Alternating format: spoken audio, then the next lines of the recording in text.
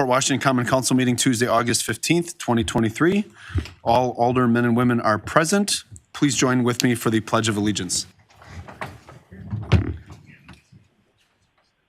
I pledge allegiance to the flag of the United States of America and to the republic for which it stands, one nation, under God, indivisible, with liberty and justice for all.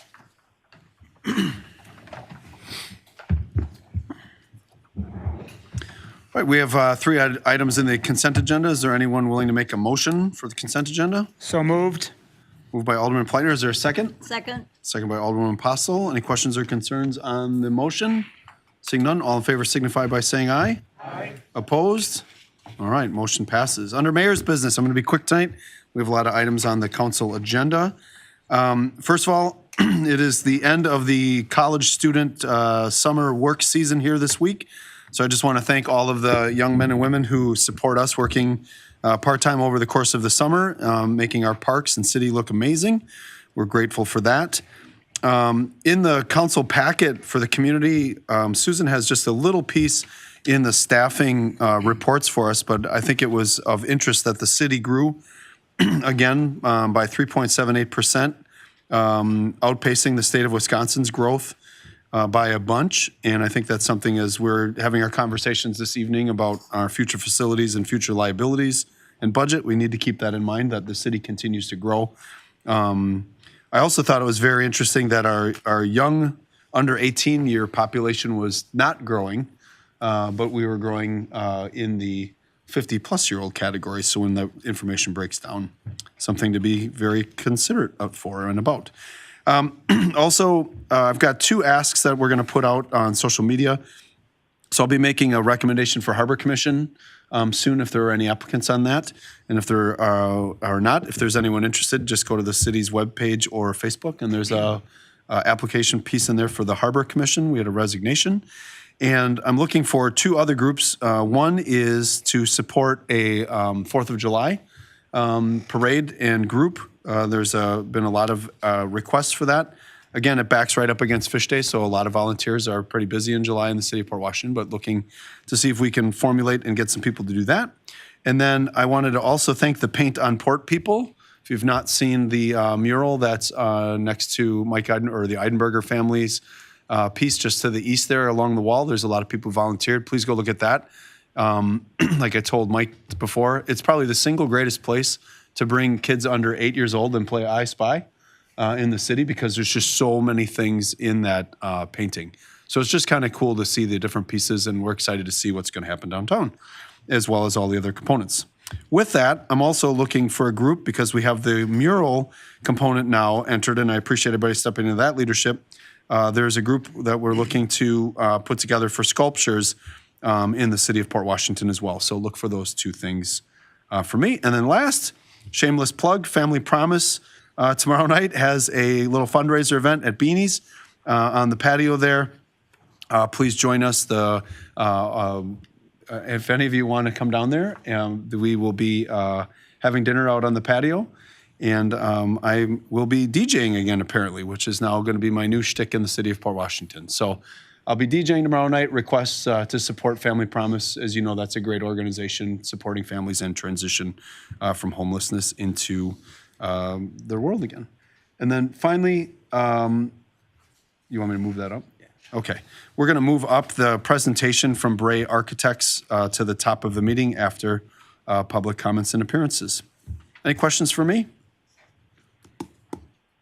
Okay, then last, we'll move into just the officers and staff reports, which are included in your packet. Again, I would love to see us become very good at communicating out these reports. I think if you go through them, and I know the council does their diligence on them, there's so many cool things in here, and so many things that you have to look up to figure out what they mean because of the different expertise on the city. So anyone else have any pieces from the reports for us? Okay, all right, then with that, we're going to go into public comments and appearances. Your comments are welcome.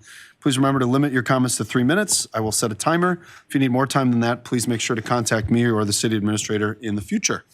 Are there any public comments tonight?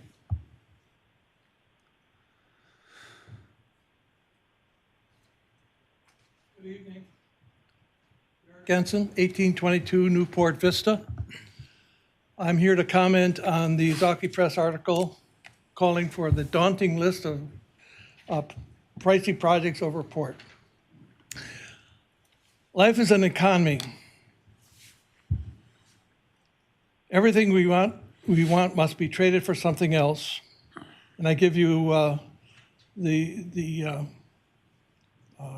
park area that needs to be stabilized. I was Assistant Director of Public Works in 1978 to 77 to 78, and I was involved with a study from UW scientists at that time, working under Mr. Sigwart.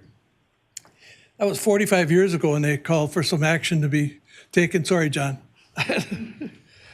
For too long now, some city-owned capital improvements have been put off due to cost or timing or other capital improvement projects.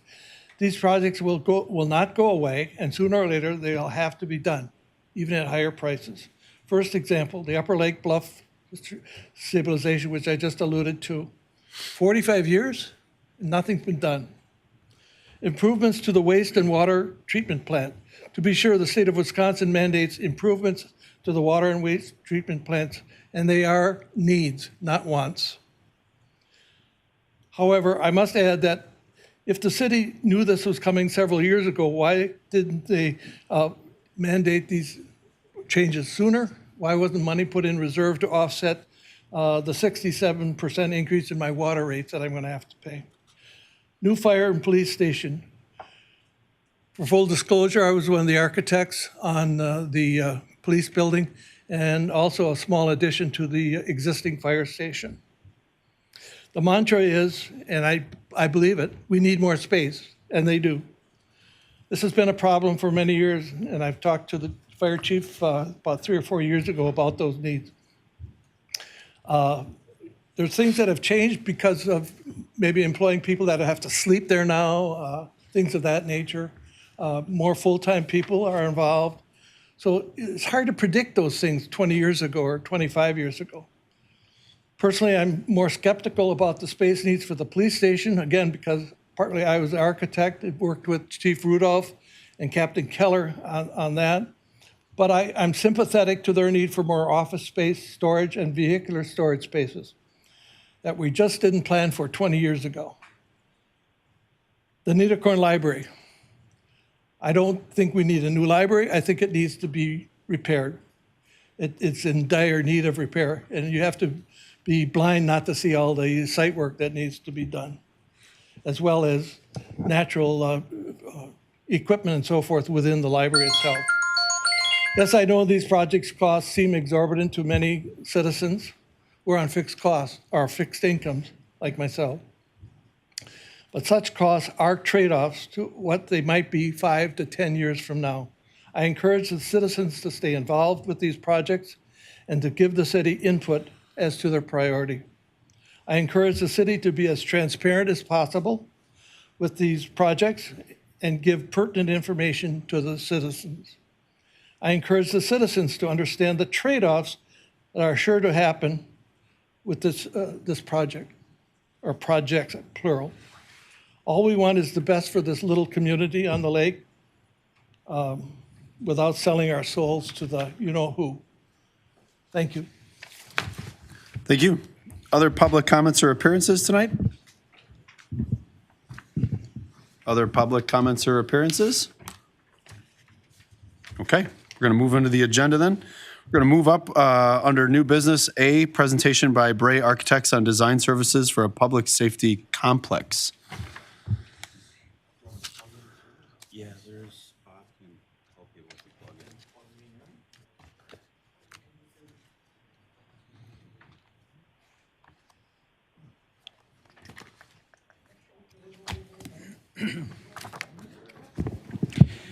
Thank you, Mr. Mayor. I will kind of kick this off before I turn it over to Matt Wolfert with Bray Architects. So as you all may recall, last year, I believe it was in spring, the council convened and talked about 4 strategic governance pieces. And one of the items that was discussed was a public safety facility, a joint public safety facility.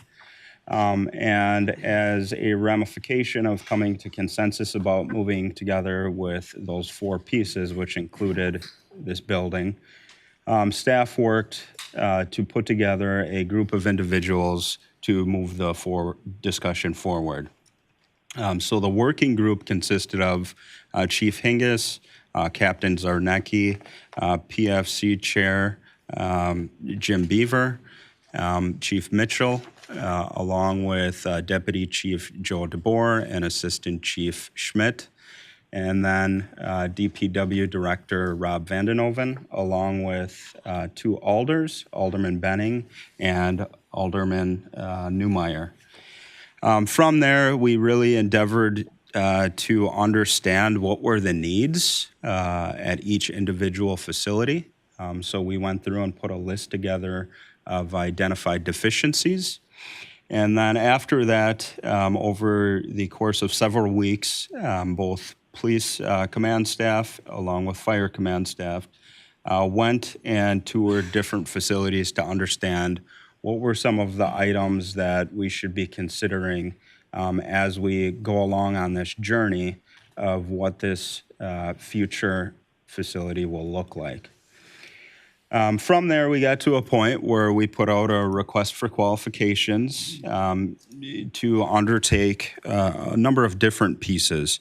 Really, it was facilities assessment, space programming, and needs analysis. Also, a site assessment, and then also looking at what would be a concept plan or site plan, along with a budget estimate. And that really represents the first phase of what Bray will undertake. And then from there, the second phase is really related to ultimately the construction of this building. So after that deadline passed, we had several different very qualified firms that we went through a scoring process with that working group and identified 3 finalists, brought them in for an interview. And I think in the end, by consensus, all of us felt that Bray was the most suitable for kind of what we were looking for to go through phase 1.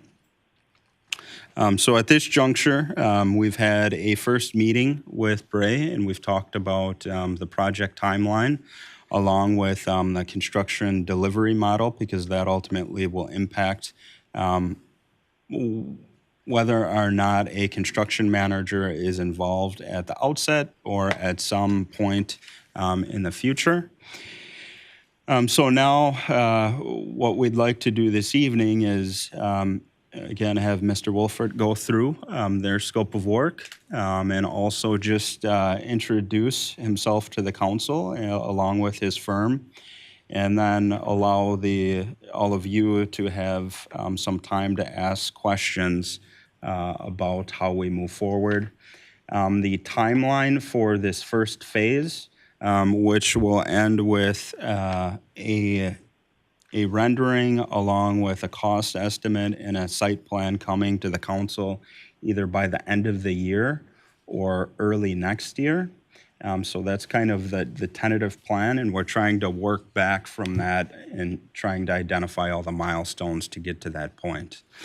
So with that, I will turn it over to Mr. Wolfert, who has a presentation for us. Excellent. Good. Am I on? Is that correct? All right. Excellent. Thank you. Appreciate that introduction. Also appreciate Mayor Neiske. You've been around a few board meetings in your life. I appreciate being moved up to the front. That's very kind of you. So again, my name is Matt Wolfert. I'm one of 2 owners of Bray Architects. Grew up in, I'll say Oostburg. I can actually say Hingham here because most people around the region would have no idea where Hingham is, but I can actually use that one. Do you get a discount at the glove outlet? You grew up right across the street from the glove outlet. There you go. Very long, short story. Watch them building their buildings. That's how I got into architecture. So small world. Interesting that you brought that up. But again, this is very local for me. Excited to be joining you and really honored to be selected as your partner for this very important project for the city. Very briefly, just a little bit about the company. We were founded in 1962 in Sheboygan. So we are a Wisconsin-based company, have grown to become a regional entity. We have offices in Davenport, Iowa, Moline, Illinois, For those of you who know the Quad Cities, they're right across the river. Seems odd. We acquired a firm there. We had an office there. We won't have an office in Moline forever, but we're a regional practice. So we practice all throughout Wisconsin, Illinois, Iowa, and a bit in Minnesota. The majority of our work is in Wisconsin, though. So this is really right at home and excited to be working in our region. We're a medium-sized firm, so we have about 75 team members. We're architects, interior designers, community engagement specialists, and planners. So the majority of our work begins just as we're talking about this evening, and I'll touch on in a little while. What are our needs? What are our options? Evaluating sites and bringing to public entities. 90+% of our work is done for public entities, school districts, municipalities like the city, and others. But we bring the resources of a larger firm. So we have spec writers, quality control personnel, construction administrators. So the joy of being medium-sized is we get to have leadership involved on your project. So in addition to myself, Steve Kunin, who's a longtime partner with the company and has led many of our most successful projects, will be leading the design efforts for us. And Chris Egger, another longtime architect with us, will be helping along and leading the technical delivery of the project. In addition, we've got, as I noted earlier, team members that will be supporting you. As we get a little deeper into a project, hopefully, interior designer Stephanie Vierling. We have a team of 7 interior designers. May not seem like the most important when we're talking about public safety facilities, but interior designers are not just selecting finishes and colors. They're selecting durable materials that are going to last you a long time and are going to stand up to the challenges that these facilities will take over generations. Kyle Clark leads our quality control team. So every project that leaves the office goes through a quality control review process. So before we would go out to bid, Kyle will be doing a thorough page turn-in review of the documents to make sure they're as accurate as they can be. And then Michael Rizzolata is a very seasoned architect, but his focus really is on helping clients through the construction process. So we're not going to build the building. We're going to be supporting you with a general contractor or construction manager as they are doing the work. We don't go away. It's some of the myths sometimes. People are like, well, architects you design these things and then you walk away. No, we're with you to the end. And I'll share that with you in a little while. So Michael will be partnering with Chris and Steve and I throughout the construction process on your behalf. As I noted, we do architecture and interior design. We consult out for our engineering services. So Kapoor and MSA would be our partners for those aspects of the projects.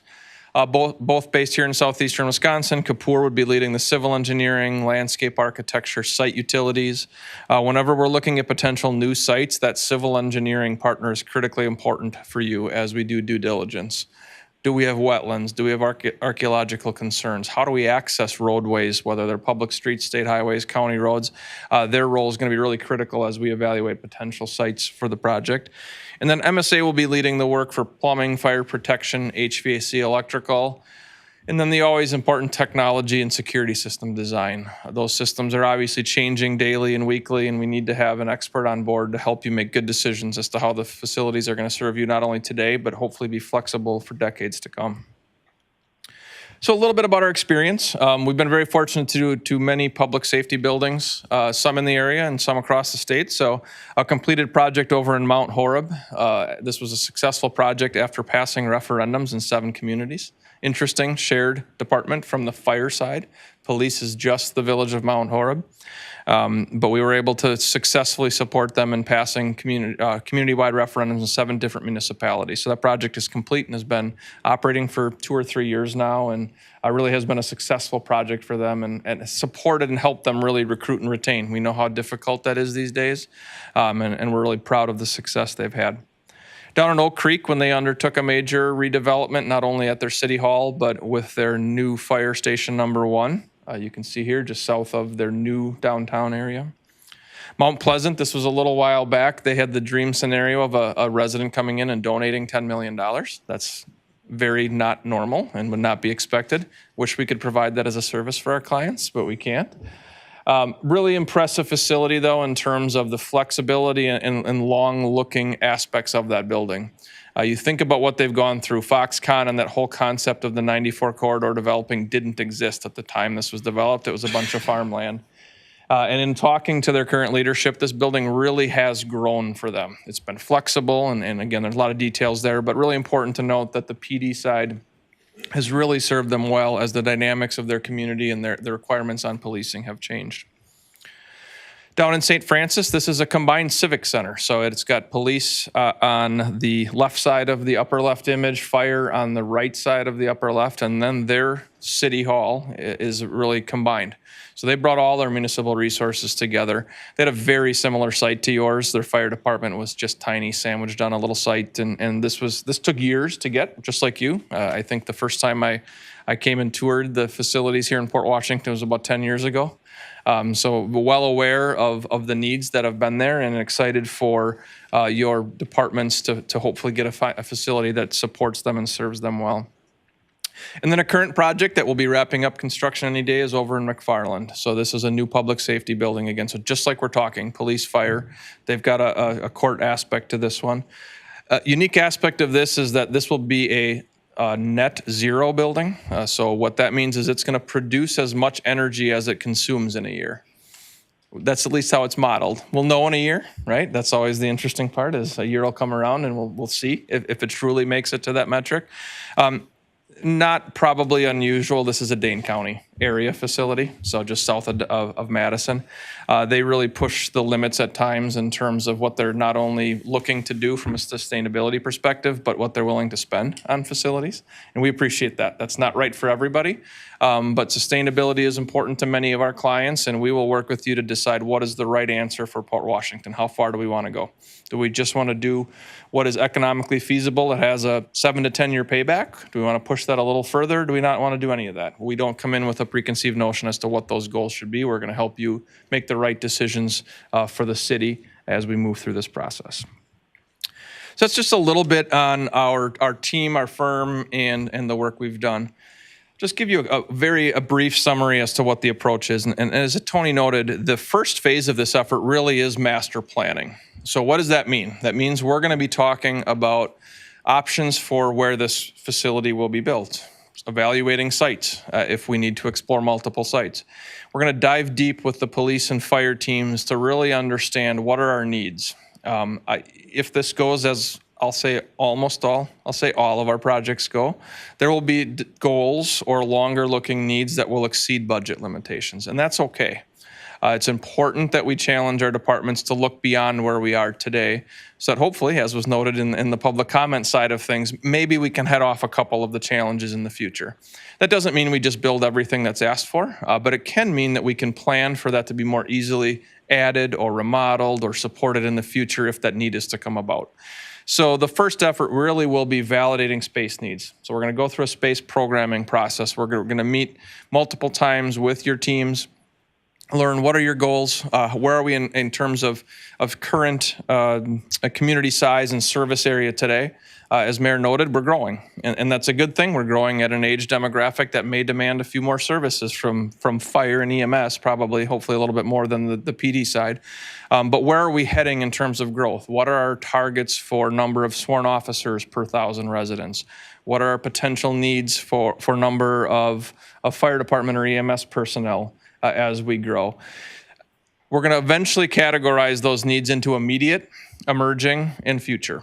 So we're going to work then backwards with not only our working group, but also the council to determine, what do we want to target in terms of our initial phase of investment? Is it just immediate needs?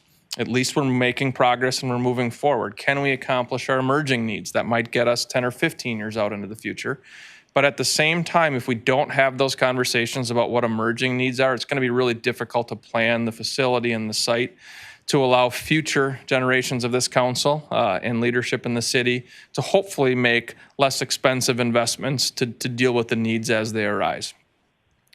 Once we get through that master planning process and we have the site plans, the conceptual floor plans, the renderings, the budgets, as Tony mentioned, we're going to pivot into the relatively detailed architectural phase almost immediately. So schematic design and design development are relatively similar. Back in the day when we drew everything by hand, schematic design and design development were very different. Now they've blurred a little bit, but those really are where we're going to take conceptual plans and turn them into detailed drawings. Door swings, wall types, elevations, roof plans, all the different aspects of code analysis and development will be done during schematic design and design development. All along the way, we're going to be continuing to develop budgets. So we appreciate the challenge that comes with budgeting, and I will tell you right now is definitely the most challenging time in my 25 plus years in this profession to try to predict what a market's going to do. So we're going to be very upfront with you and communicate regarding where do we have contingencies built in, what level of risk tolerance do you as a city have, or do we want to have more in our inflationary contingency? And if we don't need it, we can take a step back. But that's really going to be a lot of heavy lifting during schematic design and design development. Once we get to the construction documents phase, it's less about developing the concept and more about detailing the specifics of construction and systems. Exactly how are the walls connected to the roofs? Exactly what type of door? Does it have a small piece of glass, a half a piece of glass, a full piece of glass? So think about all those details, not just for the architectural things that we see, but everything above the ceilings and below the floors that we don't see. The HVAC systems, the electrical systems, the plumbing systems, all of that's going to be detailed out throughout this construction documents process. Once we have approval to proceed, we're going to take the project out to bid. And again, as Tony noted, we may bid directly to the market and see what general contractors have to offer, or we may use a construction manager delivery model. That's a decision that's yet to be made. Not critical for these initial master planning phases, but it will be a decision. And then eventually, once the project is under construction, as I noted, our team will be present throughout. We're going to be on site regularly. We're going to be reviewing all submittals and shop drawings as they come through. And we're going to be with you through the closeout, which really is actually 11 months after the project is completed. So once we have the ceremonial grand opening and everybody's excited about the new facility and we're occupying it, it doesn't mean the job's done. We're going to be back almost a year later to make sure anything that is still outstanding or is creating a challenge, we can get documented within the typical 1 year warranty period. That's why we do our walkthroughs at 11 months to make sure that we can get you access to those warranties if there's anything that needs to be addressed. So very briefly, I can tell you one thing, this timeline, it's intentionally small on your handout because it's wrong. We haven't sat down and really figured out all the details of this yet, but I wanted to share it only because these are not 2-month or 6-month or 1 year processes. This takes time. It takes time for you to make decisions. It takes time for your department leaders and working groups to really dive deep into these decisions and make sure they're making the right decisions for the long run. But as was noted earlier, the big picture, very preliminary time frame, think about 2023 roughly doing the master planning work, finalizing what site this may go on, doing the programming work, developing conceptual plans and budgets.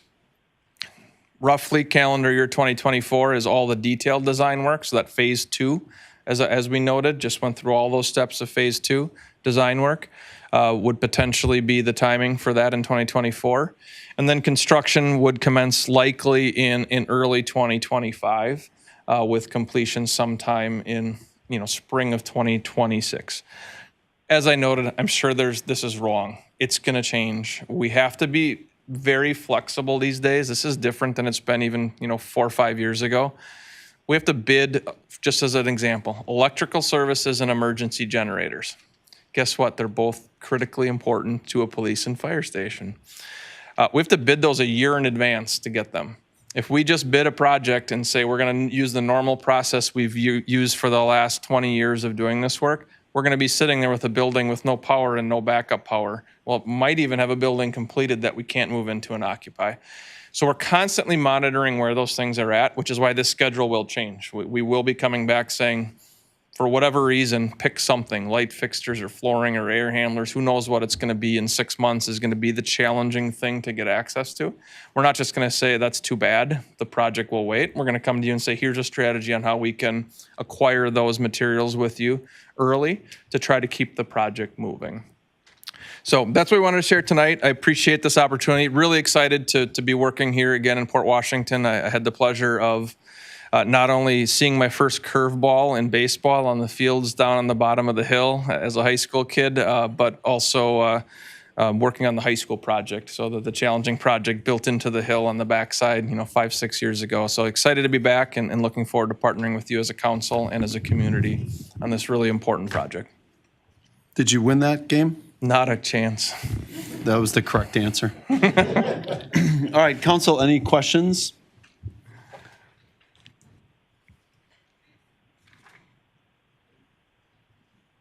Okay, I just want to say thank you to the teams that worked with on the prep for this and put everything together, the chiefs, both departments, and the stakeholders that were part of that.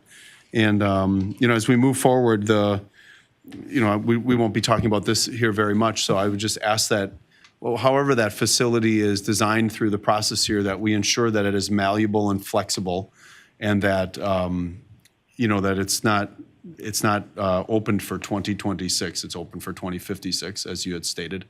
And then one wondering I did have as we move forward is if we get to the point of, construction and building that building, if as part of the contract or the motion down the road here, is that it comes with a 20-year capital improvement plan.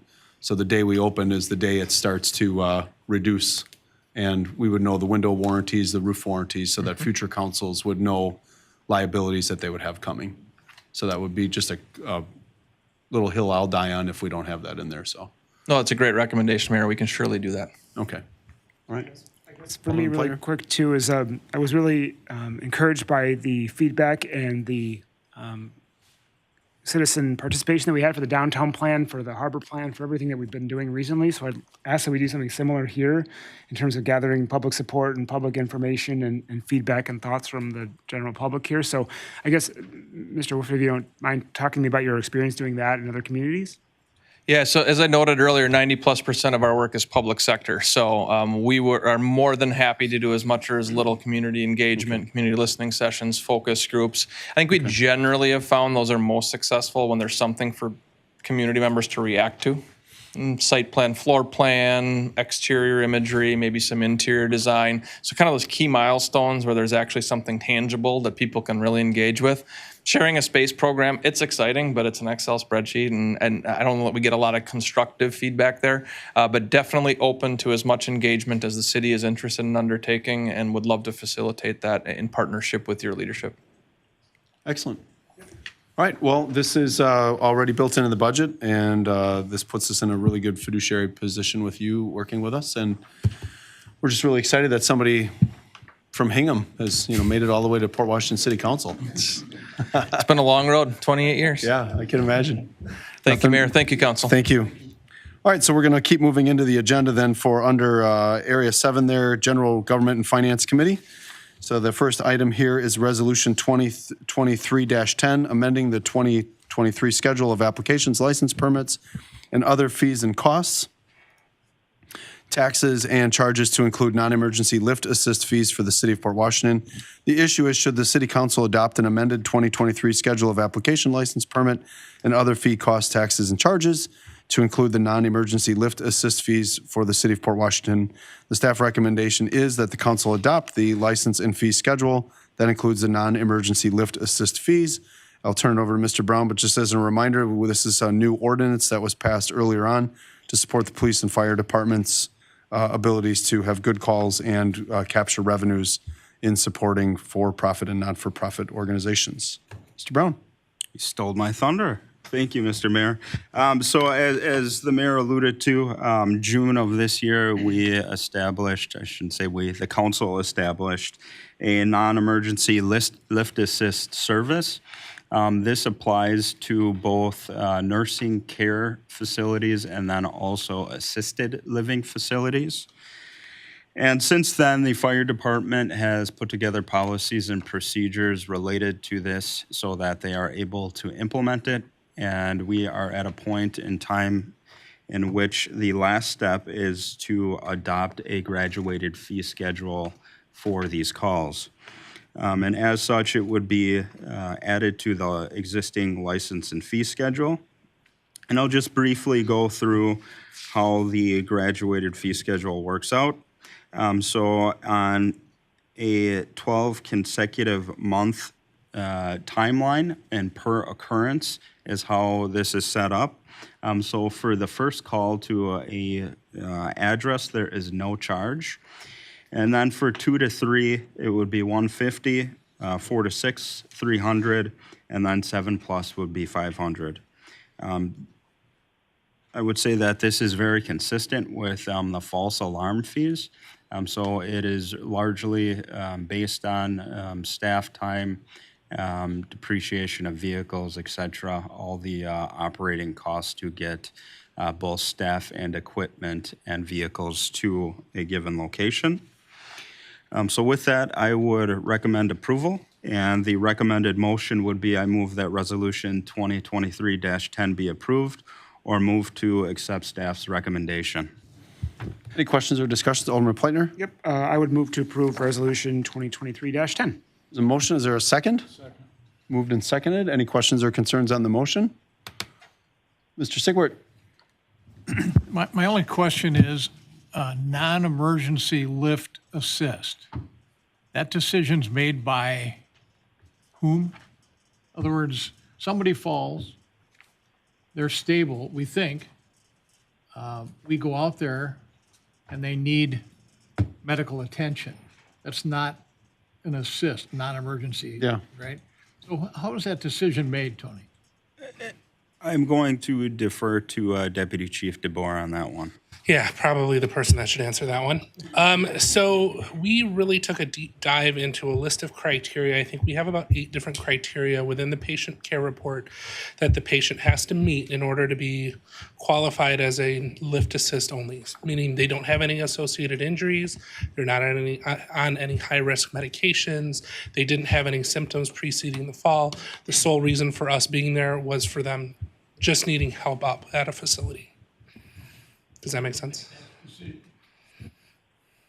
That decision is made by the team.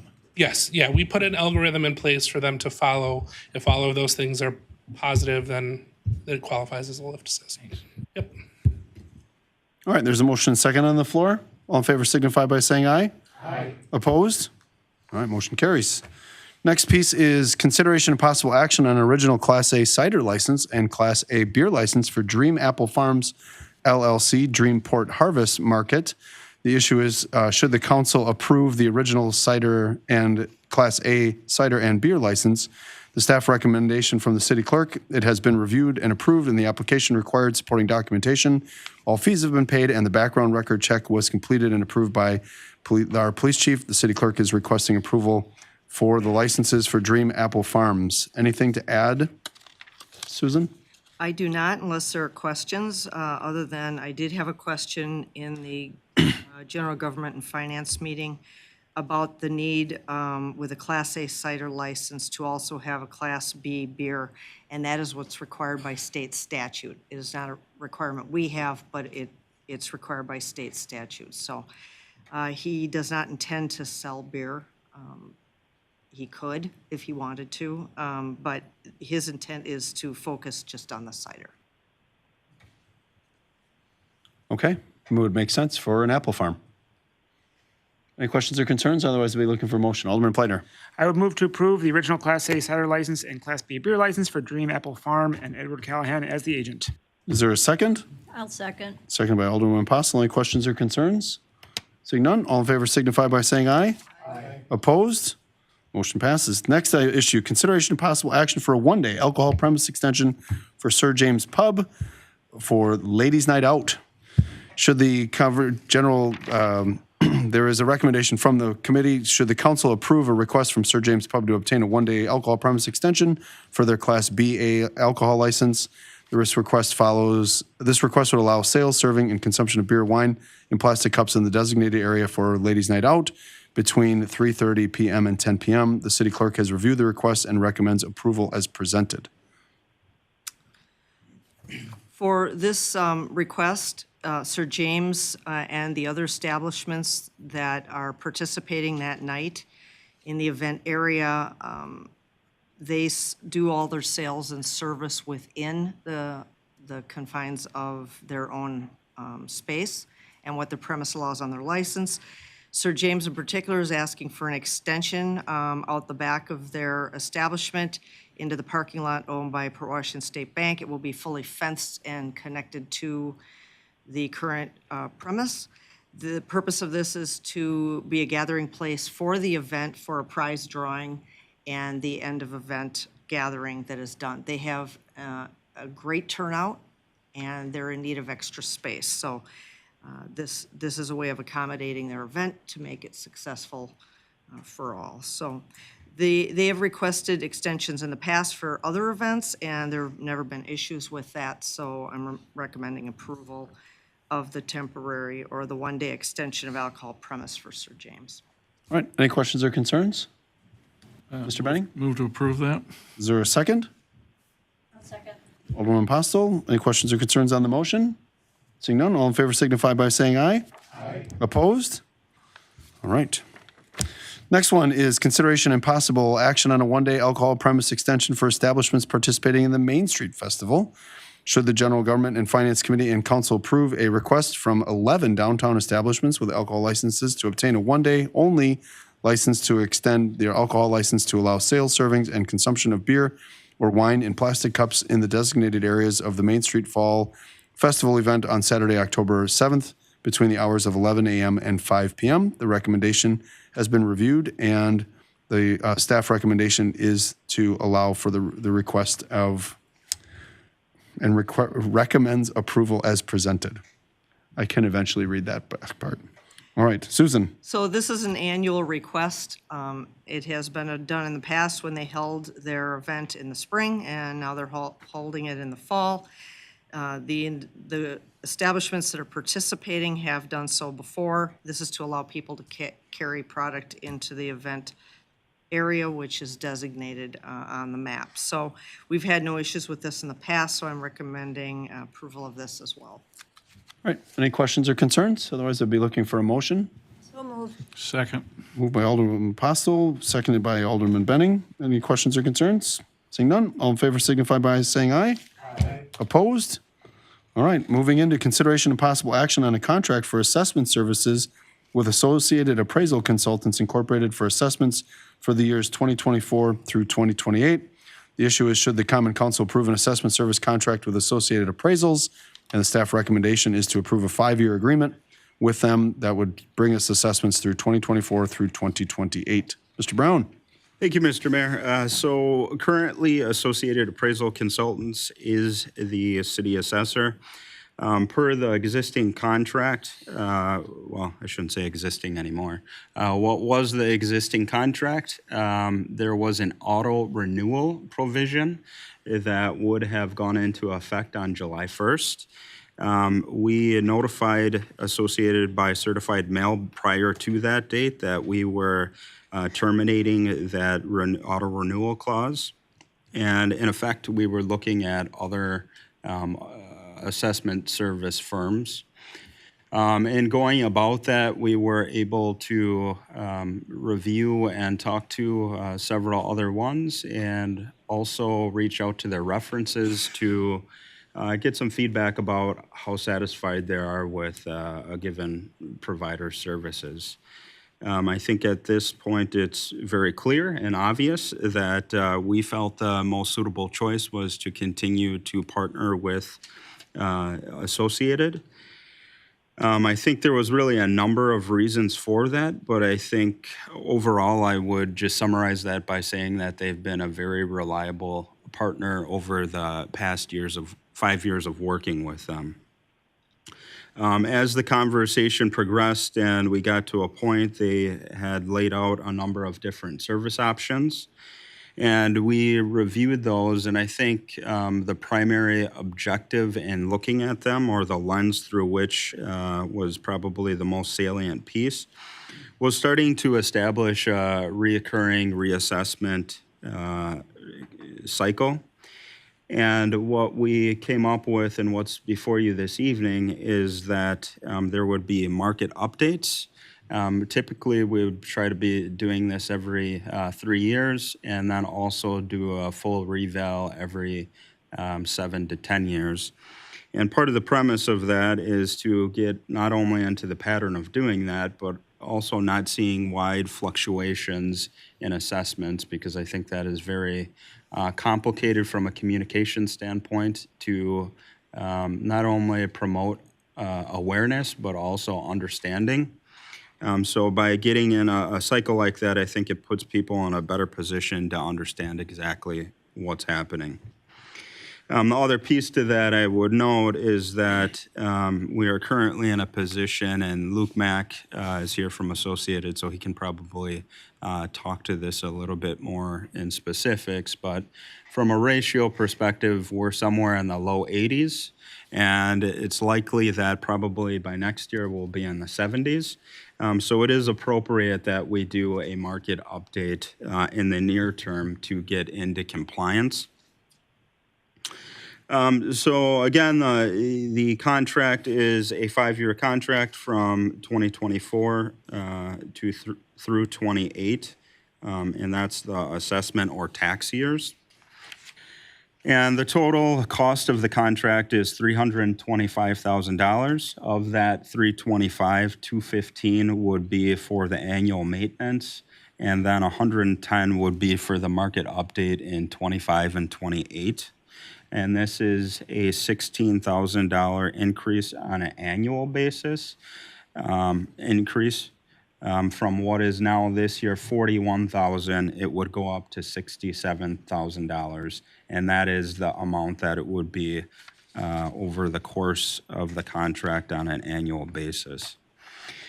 So with that as the background, the motion or recommended motion would be I move that the Common Council approve a 5-year agreement with Associated Appraisal to perform assessment services for assessment years 2024 through 2028, or move to accept staff's recommendations.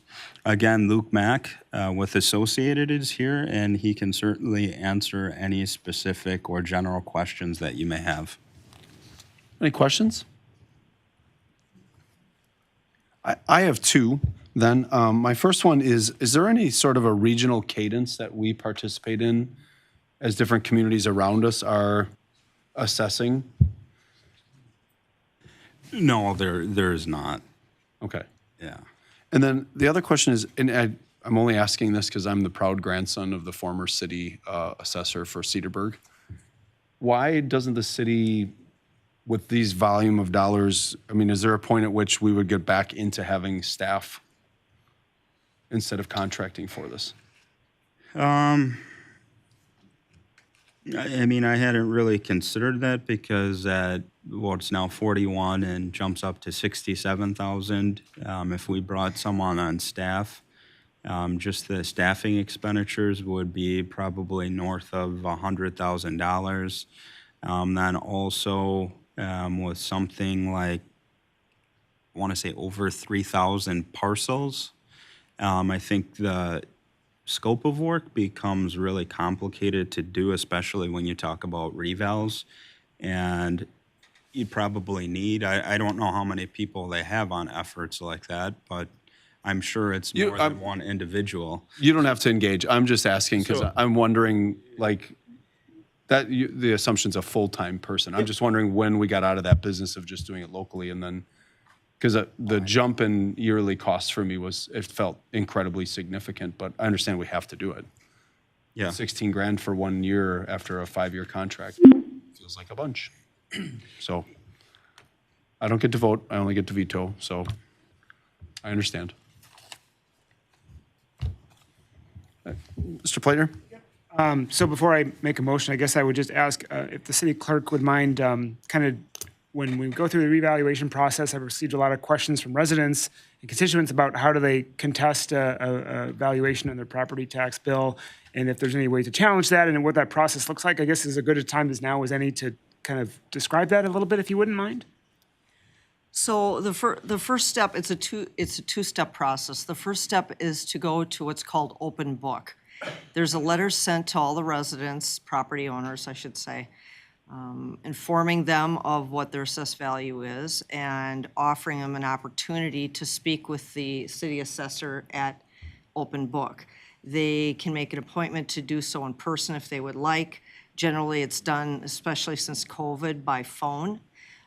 Individuals can speak with the assessor during the year as well. It isn't only during that time if they have a question. The firm works for the city, and that's part of their contract. So after they have a discussion, the property owner gives them information on the property, whether it be maybe something that's an addition, something has been remodeling and changed the home, something like that. They will present information to the assessor reviews it, and then makes a determination at that time whether or not there is a correction needed to be made for the homeowner, because there was information that wasn't available at the time to the assessor when they made the assessment. If the decision is not accepted by the property owner, they have the opportunity to go to board of review, and that's where it's a quasi judicial board. That's where they can have a hearing. So but they need to go to open book or speak with the assessor first, because most of it is resolved at that point. So if they go to board of review, then they contact me, or the assessor will work with them as well to give them the documentation they need to complete and the evidence they need to submit to me 48 hours prior to the convening of the board. And then that's presented to the board. They testify on their behalf. The assessor testifies as well. They're all sworn in. And then a decision is made by the board to uphold the assessor's valuation or to uphold the objectors. Thanks. I get a lot of questions about that, so it's nice to have that process understood, I think, on everyone's part. If you have a question, there's a process to challenge the assessed value that Associated would provide. So with that, I would move to approve that the Common Council approve a 5-year agreement with Associated Appraisal to perform assessment services from 2024 through 2028. Is there a second? Second. Second by Mr. Gasper, thank you. Any questions or concerns on the motion? All right, seeing none, all in favor signify by saying aye. Aye. Opposed? All right, excellent. Then the next agenda item, 7A6, is consideration and possible action on appointment of a city assessor. The motion would be to appoint Associated as our city assessor. Mr. Brown, anything to add? All right. Is there someone willing to make such a motion? I would move to approve Associated Appraisal as our city assessor. Is there a second? Second. Second by Alderman Bending. Any questions or concerns on the motion? All right, seeing none, all in favor signify by saying aye. Aye. Opposed? All right. If you get wild with those assessments, you get to stand at the collection window with Taylor and Mark this year for when people come and pay their property taxes. It's a very fun couple of weeks. All right. So the next agenda item is consideration and possible action on the police department organizational structure. And my understanding is that we are what did I say? Fire department. Sorry, Kevin. I think Chief wishes that was the case. Yeah. Consideration and possible action on the Port Washington Fire Department organizational structure. My understanding is we are holding on that for tonight. That is correct. All right, and that's going to move us into agenda item 8, 2024 budget philosophy. I'm going to turn that over to Alderman Pleitner. Yep, so, pardon me. I guess I'd like to ask the principal for an extension on this assignment. We had gone through it at General Government and Finance, and I think we're still wanting to tweak the language a little bit. We had come up with 4 options. So we will come back at what would that be? The September. First meeting in September to September 5th. approval. Excellent. Yep, and the idea, again, council, was that what we asked Alderman Pleitner as Chair of Finance was to come up with a budgetary philosophy statement to help guide the city as they began to design that, to make sure that the council is heard up front. We can proactively support the budget and make sure they stay within the lanes that we would like them to. So excellent. All right, and then from there, we're going to move on to city boards and commissions. The Planning Commission, this is a public hearing to consider a conditional use grant request by Eidenberger Investments LLC for a proposed warehouse building in the B3 General Business District at 123 North Park. The Common Council is being asked to approve the conditional use grant. The staff recommends the Common Council approve the conditional use grant and land covenant with the following 2 conditions: inclusion of a landscape plan for the eastern edge of the parking area and no outdoor storage of the warehouse inventory. And the recommendation is to approve the conditional use grant and associated land covenant as presented. I think I just jumped ahead, though. I have to have a public hearing. Sorry, it's my fault.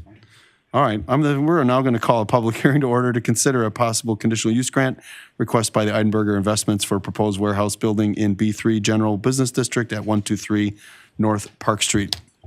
This hearing is now open. Are there any speakers in favor? Any speakers in favor? Any speakers in favor? All right, move to any speakers against? Any speakers against? Any speakers against? Seeing none, this hearing is closed, and now I'm not going to reread that, but we are going to take the recommended motion to approve the conditional use grant and associated land covenant as presented. Otherwise, Mr. Harris, anything to add? I can bring up this, and I can, what do we have here? I should have just allowed the motion to stand. So warehouse uses are a conditional use in the B3 zoning district in which the subject property is located. As such, it goes through both the Plan Commission and Common Council review. This was at the July meeting of the Plan Commission, in which the Plan Commission unanimously recommended approval for the conditional use and the associated land covenant. Up on the screen is the proposed site plan.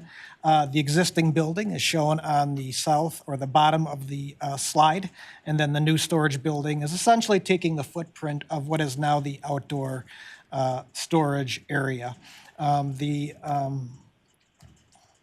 Just a real rendering of the proposed buildings. It is the typical warehouse buildings that the Plan Commission has seen. This has a little more breakup of with both the punch out for windows on the street-facing facade, along with a little more glazing on the overhead door. We sent out notices within 200 feet. I received 0 questions or comments. And with that, as the mayor said, staff recommendation mirrors that of the Plan Commission with approval with those conditions listed in your report. I want to note that both Mr. Eidenberger and Mr. Cunningham, the project architect, are available for any questions. Mr. Cunningham is on the phone and Mike is in the audience. All right. Any questions? Otherwise, we'll be looking for a motion. Mr. I Neumeier? would move to accept staff's recommendation for the zoning change. So I have a move to approve the conditional use grant. Grant, Is there a yes. second? I'll second. Second by Alderman Tierney. Any questions or concerns? Mr. Sigwart? The Plan Commission discussed the existing building on the property, but they didn't set any restrictions or guidance for that, correct? Correct. All right. Council? Thank you. I did hand out just prior to the meeting a long form of the conditional use grant and cross-reference land covenant. It got cropped in your council packet, so I know you were dying to know what followed condition 6C, and you can see those listed there. They're entirely consistent with the city planner's report, so there's nothing new in that regard, but you have the full document then. Thank you. Thank you. All right, there's a motion and a second on the floor. All in favor signify by saying aye. Aye. Opposed? All right, motion passes. Good luck, Mr. Eidenberger. That brings us down to 10B, which is our financial management presentation. Mark, I'm assuming that is you and Mr. Brown. That is Mr. Emmanuelson.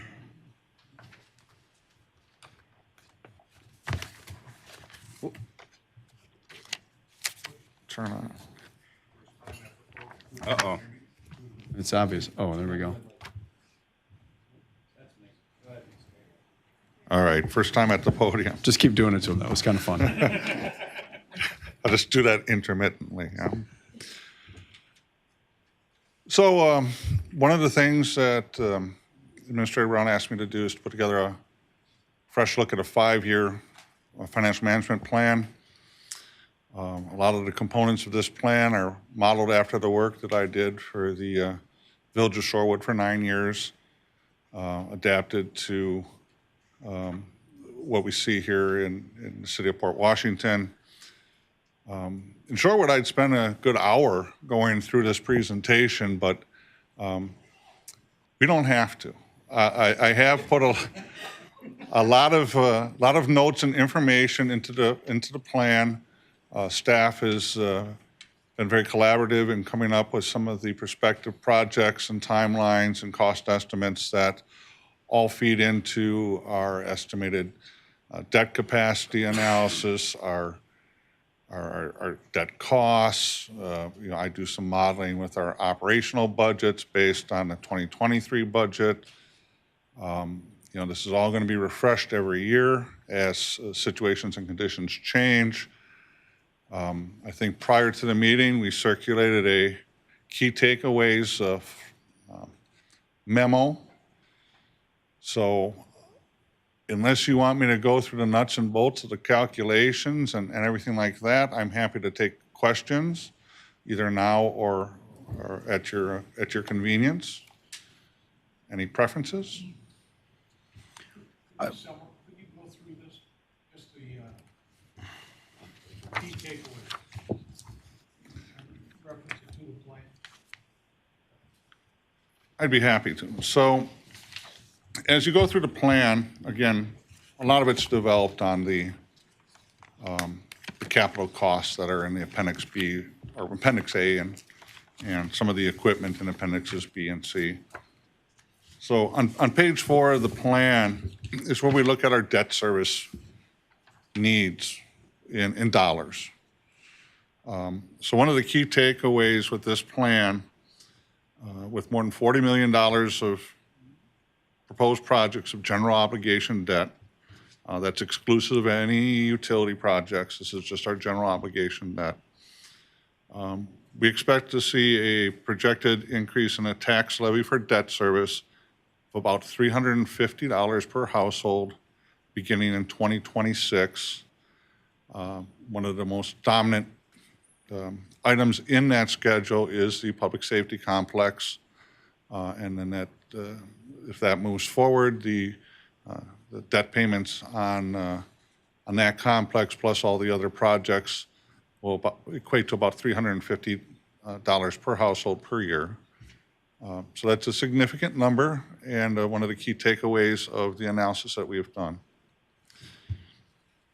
The second key takeaway is that the levy limits will continue to provide significant challenges over the next several years in a number of ways. That refers to page 7 of the plan, which is our operational forecast modeling. Again, it's based on the 2023 budget. You know, as currently modeled, we're going to start out 2024 with a $453,000 deficit to levy limit. Now, I'll skip a part to this item B, and that includes staff's recommendation of $400,000 of new annual funding for capital projects that would not normally be fundable through debt proceeds. So that's where you get 400 of the $453,000 initial shortfall between levy limits and what we would project as, from a planning perspective, the city's needs using inflation indicators of 2% on expenditures, growth of non-tax revenues by 1%, and with revenues growing at 1% and expenditures growing at 2%, you can see that over the long term, you get bigger and bigger numbers. So that is the annual budget challenge. Again, this is a 5-year plan. We already know of some very key data points that have changed. Looking forward to 2024, some increased state aids are going to be available. We talked about in the Finance Committee our modeling for interest and dividend incomes relative to the 2023 budget. So we'll be bringing those refreshed look at the 2024 budget to the council in the next several weeks, and you'll have a balanced budget to review and certainly some talking points on that. But from a modeling perspective, there's a structural divergence between what we can afford under levy limits and what our projected cost increase are going to be that we have to always battle through. With that being said, you know, staff's ballpark estimate is to support the enhanced EMS services being discussed about at previous meetings is about $1 million number. There's no room under the current levy limits to facilitate those types of enhanced services. So the third aspect of the levy limits is that I kind of alluded to, and that is our costs are just going to increase faster than our non-tax revenues.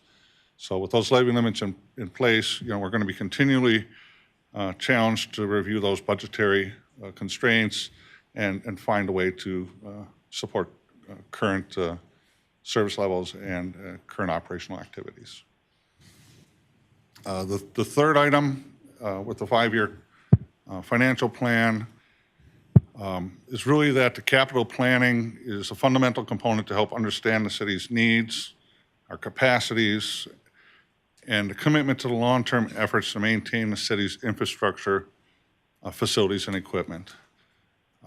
Being able to look at this on paper, being able to think about this at a staff level, being able to see this at elected official and for the public, again, promotes transparency on what we see coming.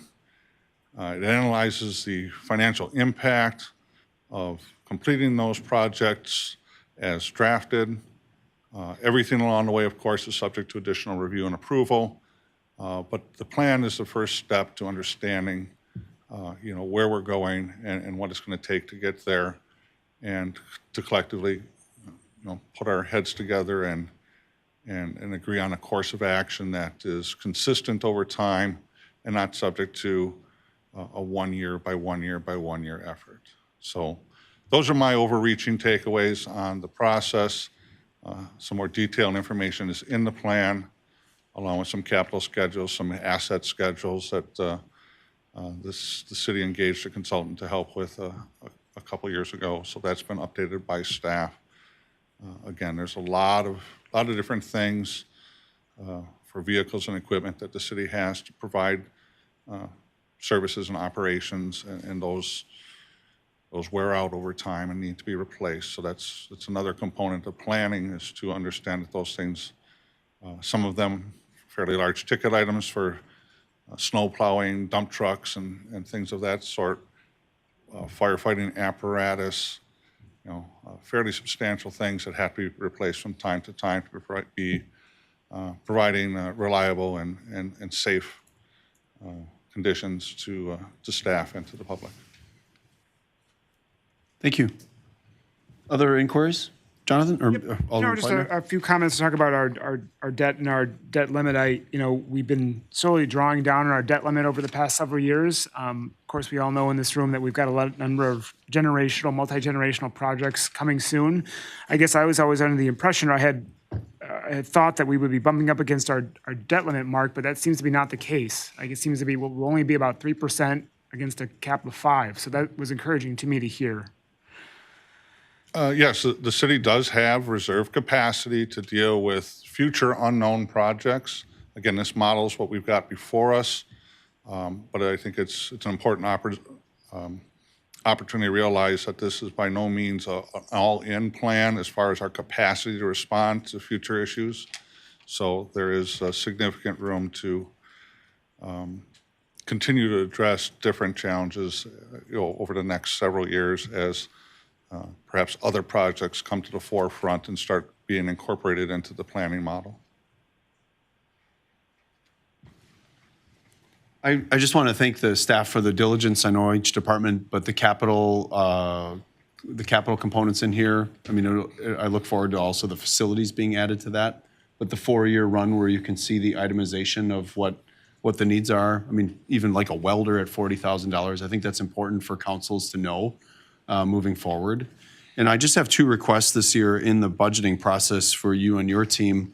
And the first is, I would like to see if there are any legislative pathways that we can pursue as a city with our legislators to potentially create some space in there. I think Port Washington, I loved your structural divergence. We're also at a growth divergence where, we're going to continue to increase in population, but the revenues that come with that will lag against our needs and our costs. And if there's any sort of a legislative piece that can be put together for a growing community, that I think if you guys could think of some different creative ways for that would be fantastic. And then also just kind of our revenue schedules, what those look like as well. I think that, we heard it tonight and we hear it all the time between water and other rates increasing. I think it's really important we get ahead of whatever other liabilities that this council has inherited so we can move forward with them. And then just continue to look back if there's any contractual obligations that we can potentially get ourselves out of to reduce costs and efficiencies as we move forward as well. Absolutely. So thank you. Any other comments or thoughts? Just one really quick thing. Planner? I like how much more visible our planned debt capital improvement projects are now. I think it wasn't always the case. I like that we have a 5-year plan against what we're planning to spend. So if there are people at home listening or reading at home, if there are projects on this capital improvement list that you are passionate about, I would encourage you to reach out to us. I've received a number of comments from residents about a sidewalk extension on County Road LL. So if there are projects that you're passionate about, park improvements, public safety complex, what have you, please reach out to us and let us know what you feel to be a priority is, because I would like to know that. I think all of us would like to know that. So there are a lot of big ticket items on here, and it's still a lot of debt that we'll be incurring. So please let us know. Any other comments, questions, or pieces? Mr. Brown, anything to add? I can talk for 45 minutes if you need me to. Anybody else? No, just go ahead. No, I just would say that I really appreciate the effort that Mark has put into this. This is, I think, a fundamental document to starting to have budget discussions. And I think the one thing that this body will have to grapple with is how to prioritize some of those major projects that we all have identified, and as the commenter earlier this evening said, that have been malingering for some time. And I just am appreciative of the fact that the council is willing to have these discussions so we can really cast a vision for the community on how we would like to position ourselves to be not only sustainable over the long term, but also a very attractive community, as we're certainly aspiring to be the premier community on the Great Lakes. Well said. Anything else to add? Okay. We're going to move into the final agenda item for this evening, which is public comments and appearances. Are there any public comments and appearances before we head out? All right. With that, then, the last thing I'd like to do is wish a happy birthday to a community pillar, Mr. Ron Showalter, who watches our meetings each week. So happy birthday to you, Mr. Showalter. And with that, I would welcome a motion to adjourn. So moved. Second. Whippity-doo. Any questions or concerns on that motion? Seeing none, all in favor signify by saying aye. Aye. Opposed? This meeting is adjourned. Go Pirates.